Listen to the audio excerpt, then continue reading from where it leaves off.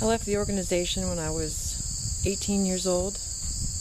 It took me 5 years before I was ready to read a book written about Jehovah's Witnesses that wasn't written by Jehovah's Witnesses. I chose Crisis of Conscience. It's a big book, and it was really a lot to digest. I couldn't even finish it, but I didn't need to because I was convinced.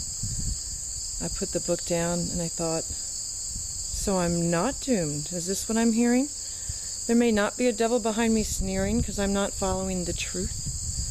My youth was spent in fear, year after year, trying to defend and conceal my disbelief with no relief in sight, because I couldn't see past what they put in front of my right to think for myself.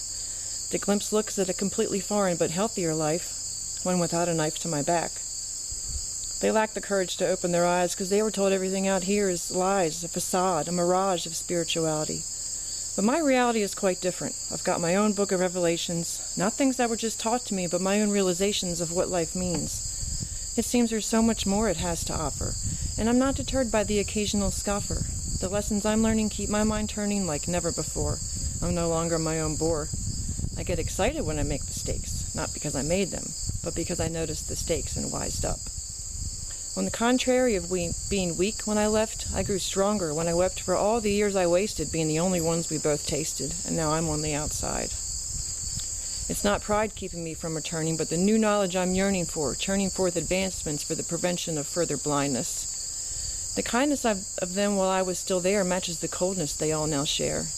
How dare they think their eyes are open when they've shielded their ears to every word I've since spoken? As a token of my good intentions, I bent over backwards in too many ways to mention, and they still wouldn't look. They just cook up excuses for not seeing the nooses they've unjustifiably placed on others with their book of life.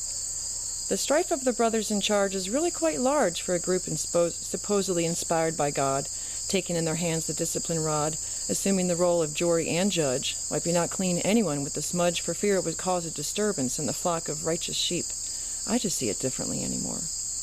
I implore and implore with no avail, their heads full of wind, their common sense setting sail for a paradise where they'll never have to roll the dice or think for themselves ever again because they'll no longer have sin.